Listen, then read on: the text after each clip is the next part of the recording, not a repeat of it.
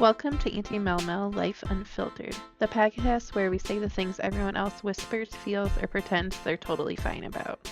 Around here, nothing is too awkward, too messy, or too, oh my god, did she really just say that? Yes, I did. This is your space where real talk, real stories, real emotions, and the kind of honesty that makes you laugh, cry, and heal a little. Sometimes all at once. So grab your drink, get comfy, and let's dive in. Because life's too short to sugarcoat it, and I'm not here to do that anyway. Welcome to Auntie Life Unfiltered. Let's get into it. Hey, friends, and welcome back to Auntie Life Unfiltered.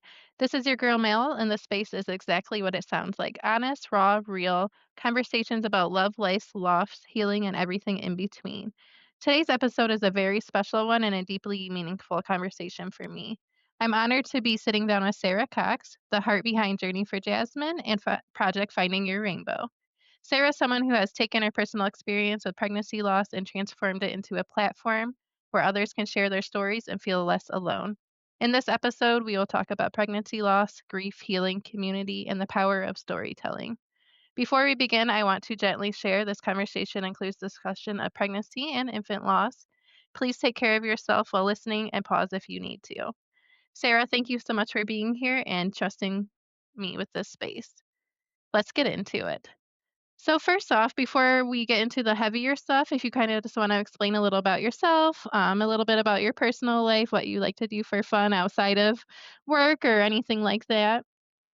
Sure, yeah. So as she said, my name is Sarah. I'm 38 and I'm in Texas. Today is actually the 18th anniversary of when my husband and I went on our first date. So Oh, we've been together awesome. 18 years. That's great. um, Congratulations. yeah, thank you. And yeah, we have 3 living kids at home. We have a dog.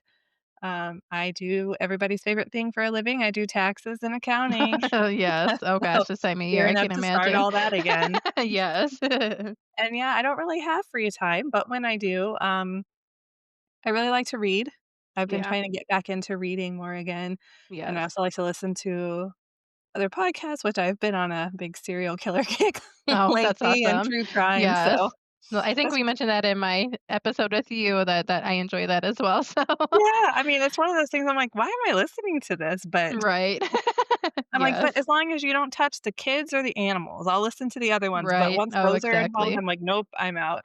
Same, exactly for me. That is the no go, like, especially when it Yeah, comes to animals, hurting animals or anything like that. So, yeah. oh, great. Well, thank you so much for sharing a little bit about yourself. We'll get into kind of the heavier stuff now. For those that may not know your story yet, can you share your journey and what led you to create Journey for Jasmine?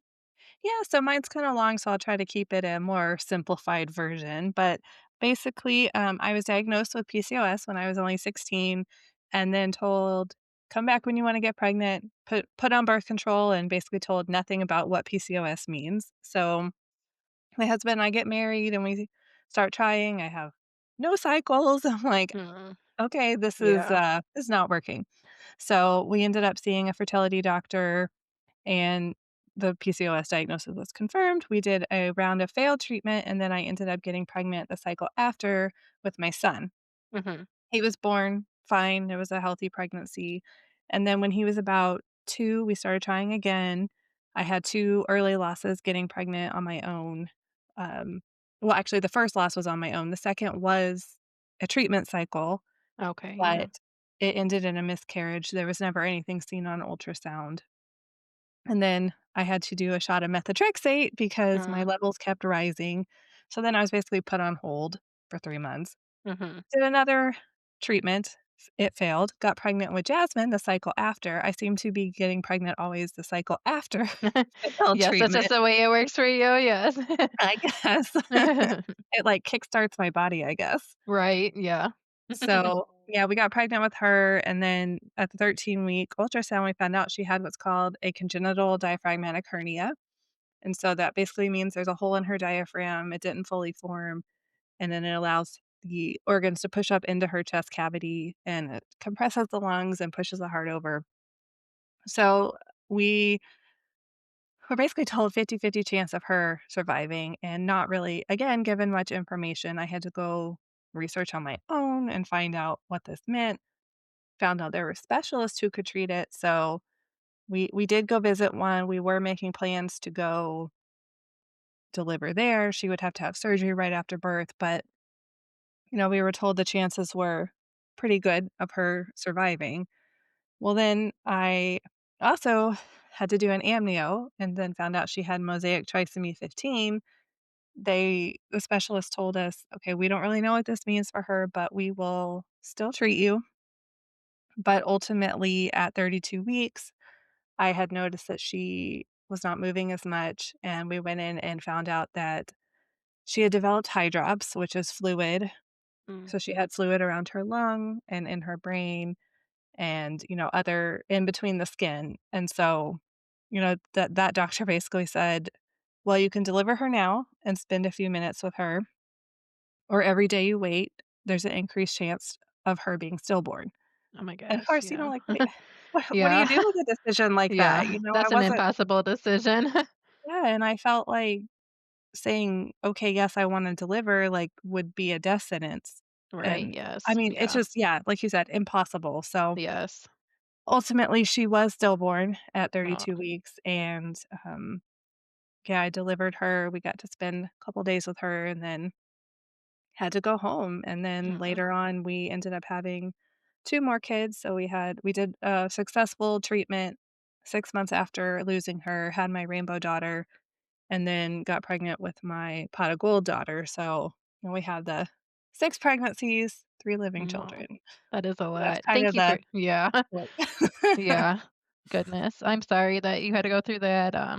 I will be sharing my story on here too. It'll likely be before we share yours, so people will know a little bit more. But I spoke with you on your podcast and wrote you my story and stuff. It's unfortunate how we are all treated. I know it's hard for them. They don't know how to act in certain situations. Like with you, like you're just kind of thrown these options, and they kind of even said, "We don't know what to do about that." That's so hard. Yeah, Like it's so hard in the pregnancy, infant loss world for us parents to go through that. It's not always the best care. They always don't have answers for us. Like it's just an added layer to everything that we all have to go through and all the trauma that we experience. So I am sorry that you had to make that decision and weren't really guided the best on that. yeah, and it's hard because we don't know. No. We expect them to know, they're our Yes, doctors, and we've never been exactly. through it before, so, Yeah, I that's mean, the it's hard just part. like So, we feel yes. kind of abandoned. Yes, and that's why I'm glad that you have your platform and I'm creating mine and there's so many others out there. It is a good plus to social media and technology that we all can find our people and get connected and know we're not alone and are able to share our stories safely. So, Yeah, definitely. when you first experienced your loss, what were some of the emotions or thought you found yourself carrying that people didn't always talk about or things that you were maybe nervous to talk about? Oh, man, there's so much.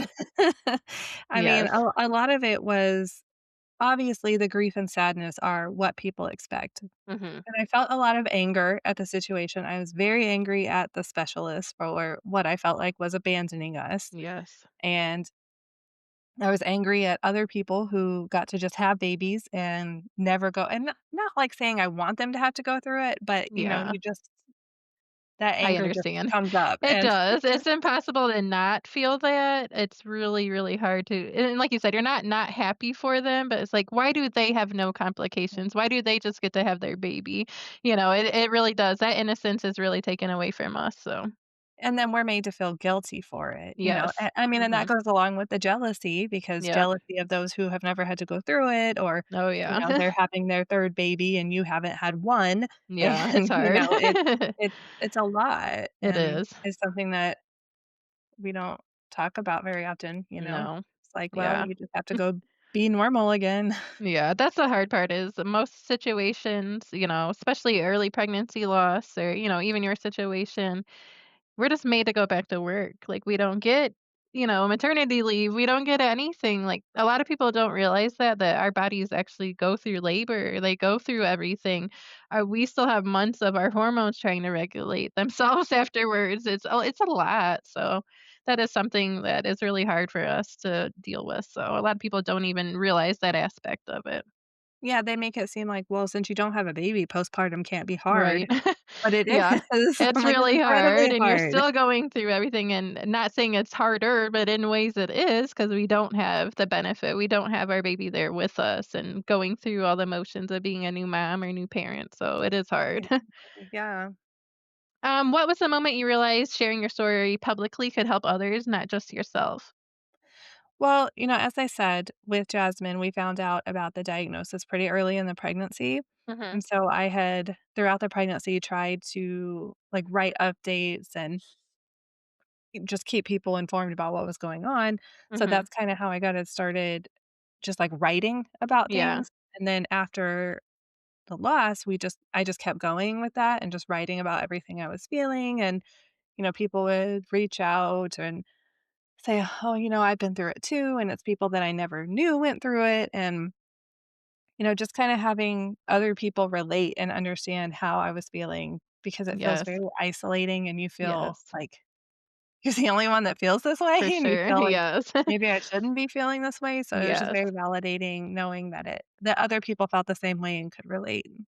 Yes, that's awesome. That's how I feel too is and like, you said, you just kind of were getting your feelings out there. It was your outlet. Like, you personally probably didn't care if anybody read it or followed along, you know? It was just your way, kind of like journaling to get it out there and to express yourself, and that's kinda I started my own, pregnancy and infant loss group. It didn't really last that long, but I did it, and that was what I did. I was using it for kind of like a healing kind of journaling.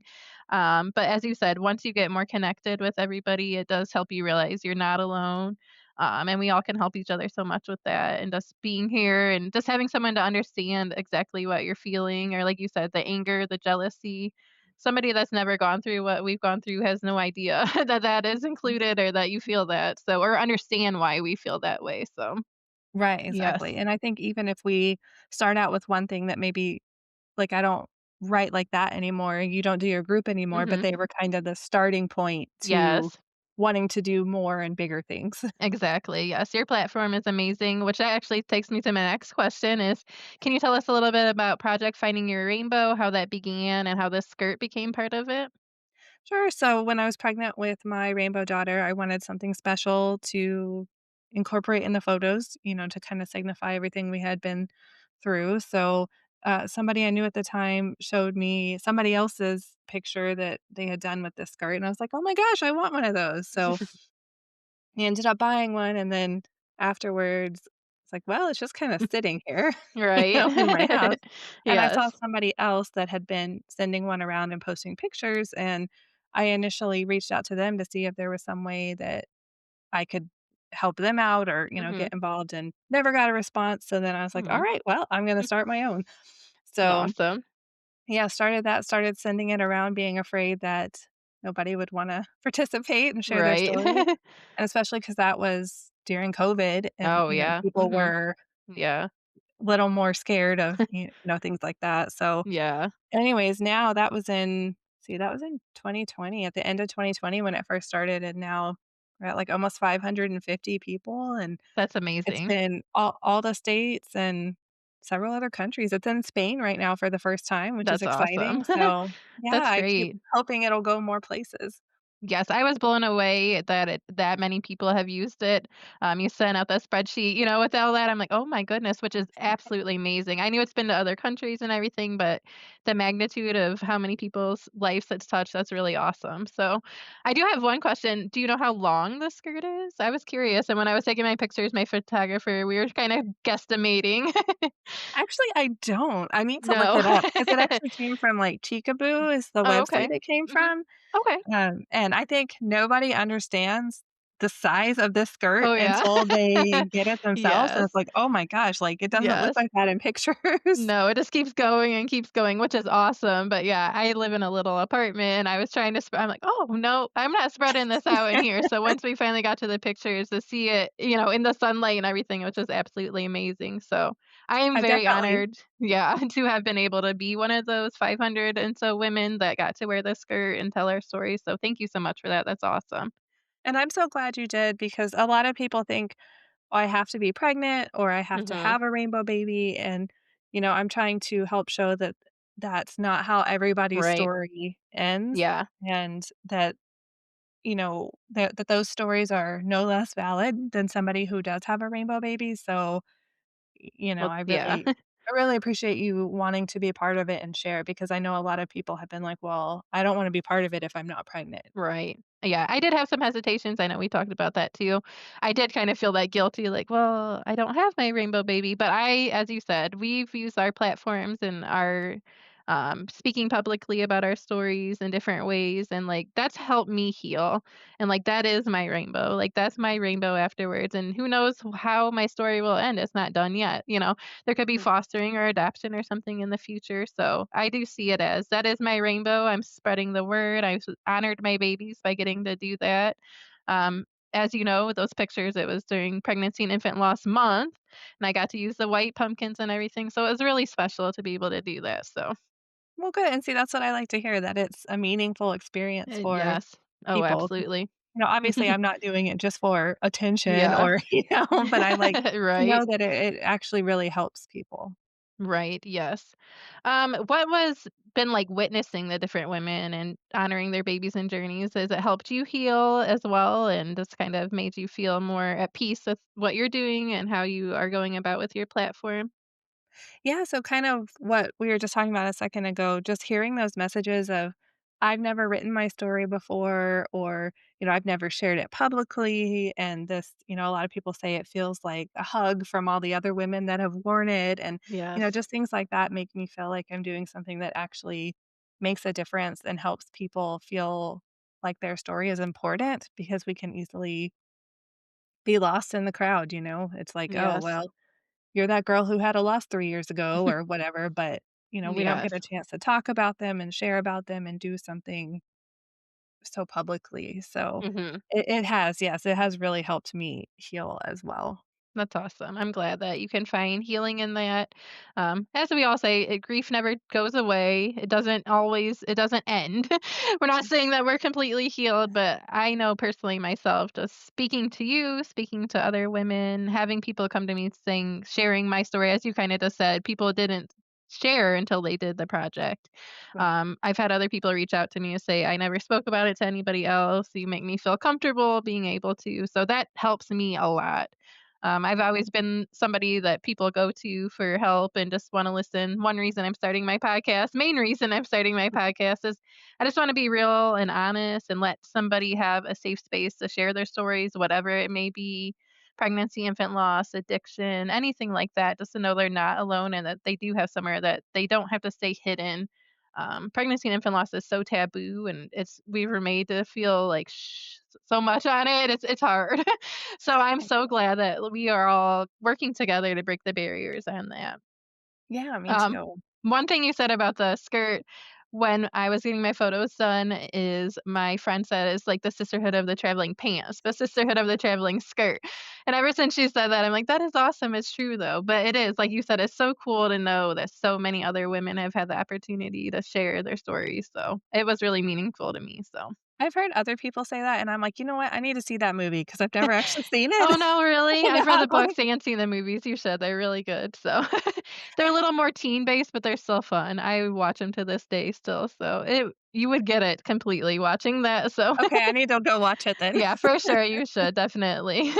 And like you said, you're getting into reading more, they have the books too, so Oh, yeah, okay, yeah, mhm, I it need did to go start do out that. as a book, so let's see here. So, are there any misconceptions you hear about pregnancy and infant loss that you wish people understood better? I think one of the biggest things that I try to get across is that all losses are important, and it's not just if you were 40 weeks, that the 6-week losses matter, that the Mhm. embryo losses matter, that it doesn't matter how far along you were, that that was still your baby and that you still have grief and you should still be allowed to share that grief and feel the weight of that loss, and people shouldn't, all the comments of, "Well, you Yeah, were early, it wasn't a baby," and stuff like that. I think that's the biggest thing that upsets me because yeah. I've had early loss and I've had a 32-week loss, and both were devastating. Mhm. They were devastating differently, yes, Yes. but they were both devastating, and Mhm. I don't think it's fair to tell someone their loss doesn't matter because they were early or Yeah. because it was an embryo. Mhm.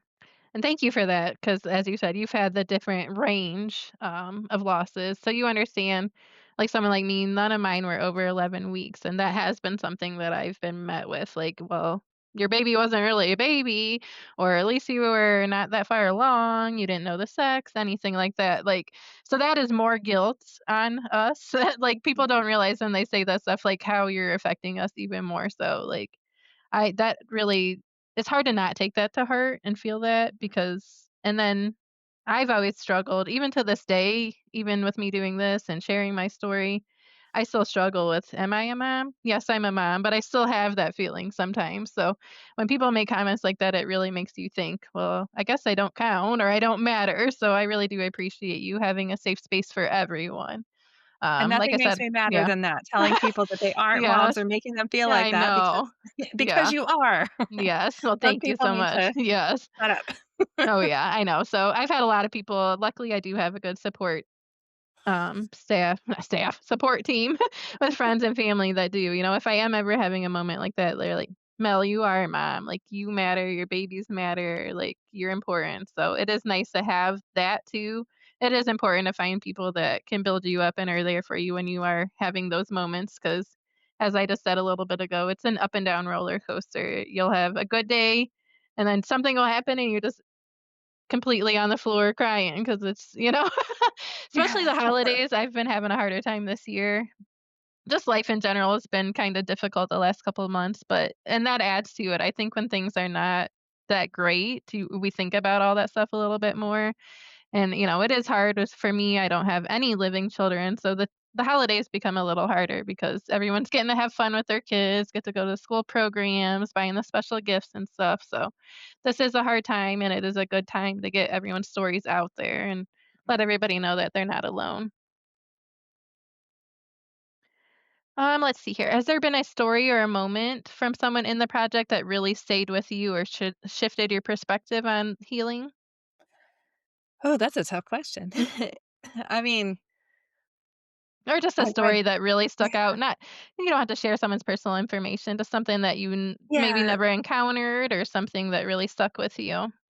I think just I can't point to a specific story, but I Mhm, can say that just reading everybody's different versions of what happened, because we all went through the same thing, which is mhm. loss, but, sometimes what somebody went through in an early loss was way more traumatic than what I Yes. went through, like, Mhm. medically speaking, or, just their journey afterwards, their emotional journey, like, it's taught me a lot about how we all grieve so differently and how we all Yes. respond to things so differently. I think some of the ones that stick with me the most are ones that had to deal with really terrible medical care, Mhm. and because it just makes me so mad. Like, Yeah. how could somebody treat people like that, you It's know? horrible. Yeah. But, honestly, I cry over every story I read Aw. because I connect with them all, and there's been a couple of other people who have participated who lost a baby to CDH, like Mhm. Jasmine, so those really stick with me as well, but Yeah.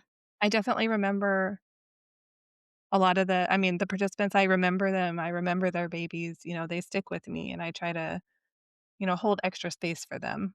Well, that's awesome and very special. That's great to hear as somebody that has come to you and shared my story with you. And yeah, that is good that you're able to find others that connect more to your specific story. And also you're able to see, that you're helping others just by getting their story out there. So we really are thankful for you and your platform. So thank you so much for that. For someone listening right now who's in the early stages of loss or navigating infertility, what would be something you would want them to hear today? So I know this is said a lot, but it's because it's so true. Please find support and don't try to go through it alone.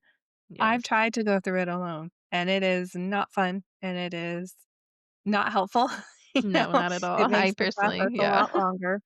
So Yes. really, I mean, even I've seen people create anonymous accounts on Instagram and just post about stuff there. If you don't feel like you have somebody that you can talk to, or if you don't want to use your real name or your real Mhm. face, I mean, do it that way. Just get it Right. out. Yeah. There's so many communities out there that I didn't even know existed right after we lost Jasmine. And, there's more groups now, there's more online groups, there's in person. I mean, there's so many resources, and they're not always widely available to you, like, at the hospital, so just Mhm. Google it and find something near you. Search on Instagram, Yes. search on Facebook, just search somewhere and find somebody or something. Yes, that is very important. Going through alone, I personally went through that too, and it can cause more havoc than it can good. And I know it's scary, like, it is scary. And like you said, there are ways you can stay anonymous. You can just do research. There's so much stuff nowadays too that could help you in, understanding it. There's books. I think a lot of people don't realize that there's a lot of books on the topics of pregnancy and infant loss. You can find them on Amazon or even in your local libraries that are helpful as well. Just something, just not completely trying to shut it out completely. You need some kind of healing from it. So, and I Yeah, know I it may tried to take shut it time, out. right? Yeah, and it may take time where you get to that point. Like you just said, you did try. I tried in the beginning as well. I ended up just like quitting my job, doing all this stuff because I ended up so depressed after my third loss because I just let it all build up and didn't try to find anybody. And as you know, I did have some horrible experiences with doctors, so it really turned me off from even wanting to talk about it. So it is important.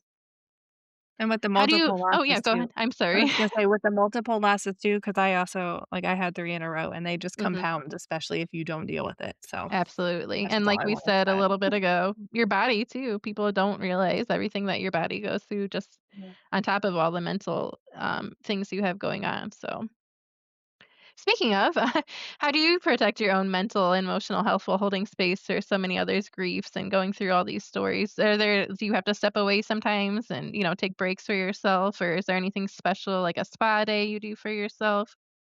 Yeah, so this is actually something that I faced recently with, every year I usually do the Wave of Light names, Mhm.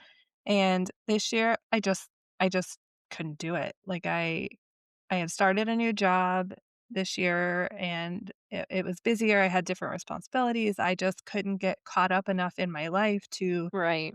get it done, and I felt really guilty about it because it's something that is really meaningful to me, and I know it's meaningful to other people as well. So, I did make a post about it and said I had to make that decision, like, "Okay, you have to protect you too," Mhm. and so I turned it into a New Year's Eve thing, so I think that'll be even more special because Yes. a lot of other people do Wave of Light, but nobody else does New Year's, so, Right? like, Yeah, that is that's special. but yeah, I definitely do have to take those breaks and, sometimes my messages pile up.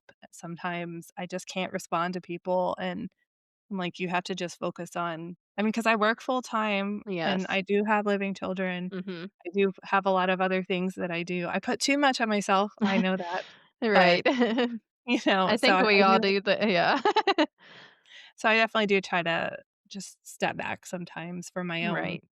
mental Of health. of course, yeah, that's needed, and I think that's something and I know we're similar, we're both, like, empaths, we take a lot of other people's things on, and like you said, try to juggle so much at once, like, I have struggled with that my whole life, like, when to say no. I've been trying that's one of my goals this year was to try to, like, put yourself first. Sometimes you have to.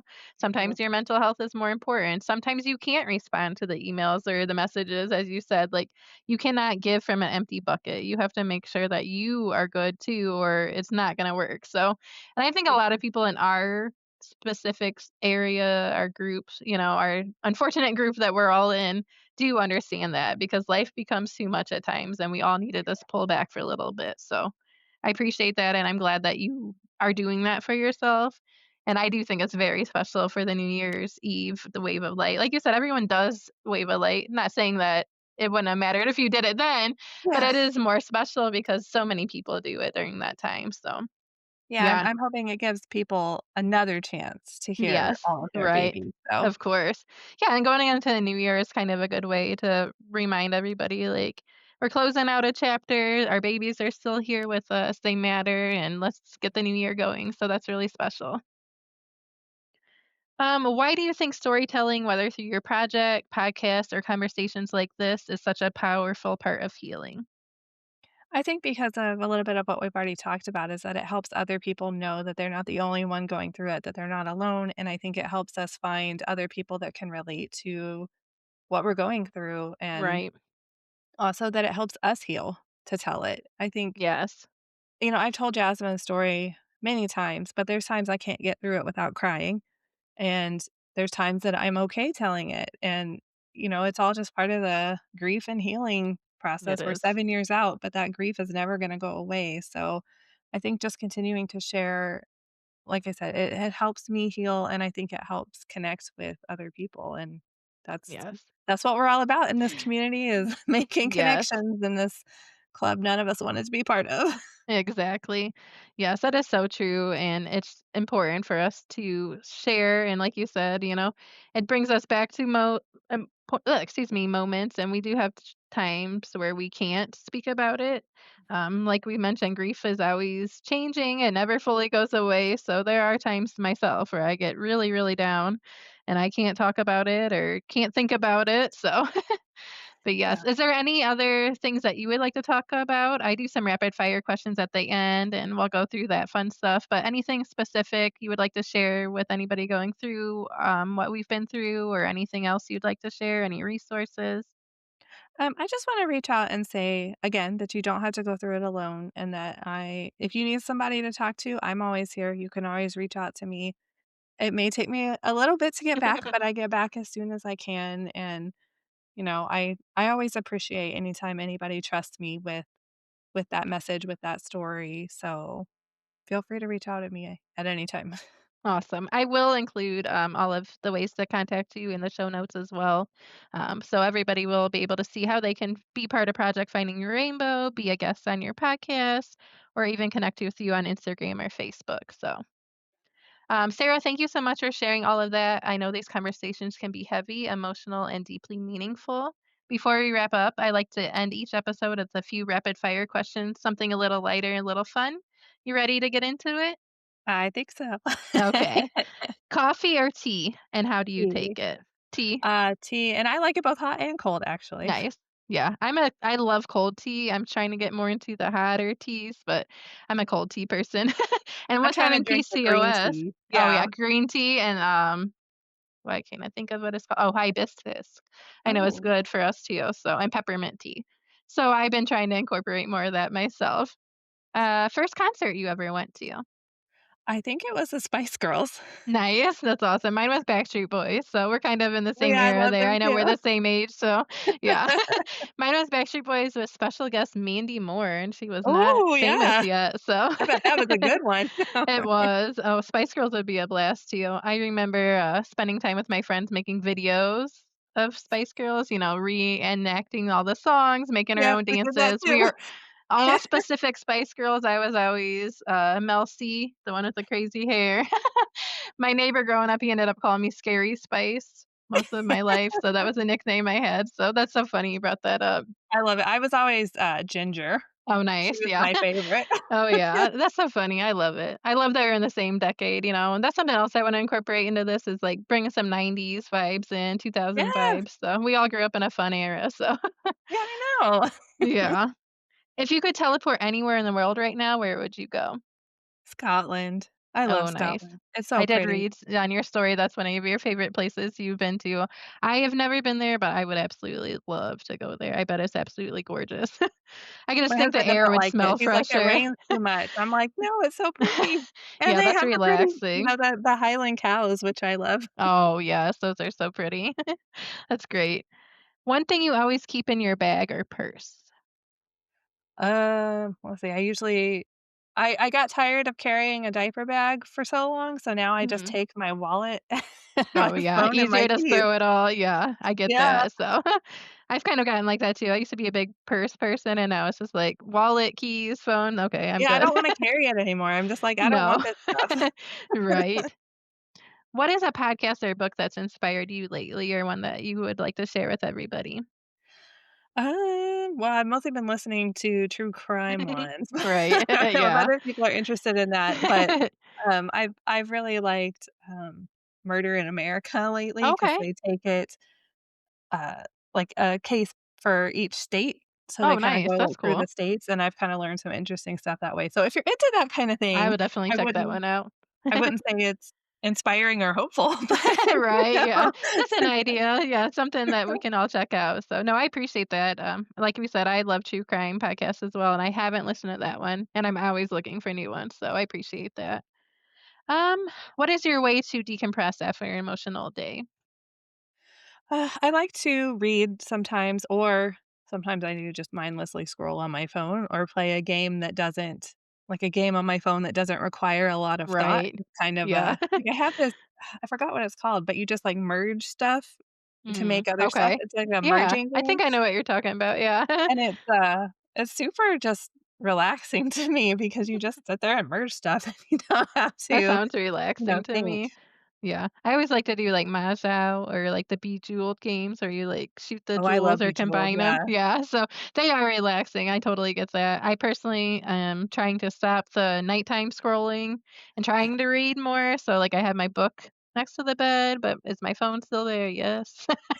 I think we all It's do that to hard. ourselves, so and that's something with PCOS I'm sure a lot of people don't realize is, like, we're fatigued, like, if you're not I mean, even if you are trying to help yourself with the PCOS, you get fatigued really easily, but it's one of those things where you lay in bed and then your brain's wide awake, so then you might be up all night, so it's easy to just grab your phone and scroll, but the book is a good idea 'cause a lot of people, personally me, I get sleepy when I read, so Yeah, sometimes I do too, and I'm like, "What did yeah. I just read? I don't even know." Yeah. I know you mentioned this a little earlier. This will be my last rapid fire question. Dog or cat person or both, or do you like all animals, or do you have a favorite animal? Yeah, so I do like animals. We have a dog. I actually really like cats, but my husband is allergic, so Oh. I grew up with cats, but can't have any now. Oh, yeah. But yeah, my favorite is an elephant. I love Oh, elephants. nice. I love Obviously, I cannot elephants. have an elephant, but Yes. I loved but elephants growing up too. Yeah. yeah, and lately I've liked well, my Facebook feed and my Instagram feed, it's like all lost stuff and then baby animals and animal videos and rescue dogs, and I'm like, Aw. I've Yeah. spent I found like Yes. a new kinda dog that I'd never seen the other day. They're like from Oh, nice. Russia. Oh. They're the ones that look really tall. Oh, okay, I forgot yeah. what they're called, but I was like, "These are cool." So That's awesome.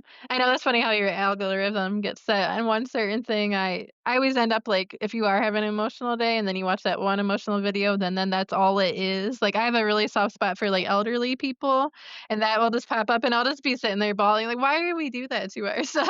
So, but yeah. then you can't, like, not watch it or not No. like it or Yeah, of and then it just course, shows you so more. yeah, I know. I love penguins, and I'm a cat lady. I think you met my baby kitty on the last, at the podcast we did. She's now 14 weeks old, so she's a lot bigger now. So, Oh. but yeah, I'm a cat lady through and through, but I grew up in the country and we had all kinds of animals, and I'm just one of those people, if I see an animal, I'm gonna talk to it, I'm gonna try to love on it. I don't care if it's a snake or, I love them all, so well, Sarah, thank you again for your vulnerability, your honesty, and the work you're doing. Make sure people are seen and feel less alone. For anyone listening who connected with this episode, I'll be linking Sarah's website, podcast, and project Finding Rainbow in the show notes so you can learn more and get involved. To my listeners, if this episode stirred something in you, please know you don't have to carry it alone. Your story matters, your grief matters, your joy matters, and all of it belongs here. If you feel called to, share this episode with someone who might need it. And if you ever want to send in questions, stories, or topics for future episodes, my inbox is always open. This is Auntie Mel Mel reminding you you are seen, you are heard, and you are not alone. Until next time, take care of yourselves and each other. Be gentle with yourself. Healing doesn't have a timeline. All right, friends, that's a wrap on today's episode of Auntie Mel Mel Life Unfiltered. Thank you for spending this time with me and stepping into the real, the raw, the messy, and the magical, because we don't do surface level here. If this episode hit home, made you laugh, or helped you feel a little less alone, go ahead and follow the podcast and share it with someone who might need it too. And remember, you are never too much, never too little, and never alone on this wild ride. I'll meet you back here next time for more truth, more feels, and more unfiltered goodness. This is Auntie Mel Mel signing off. Stay real, stay kind, and stay unfiltered.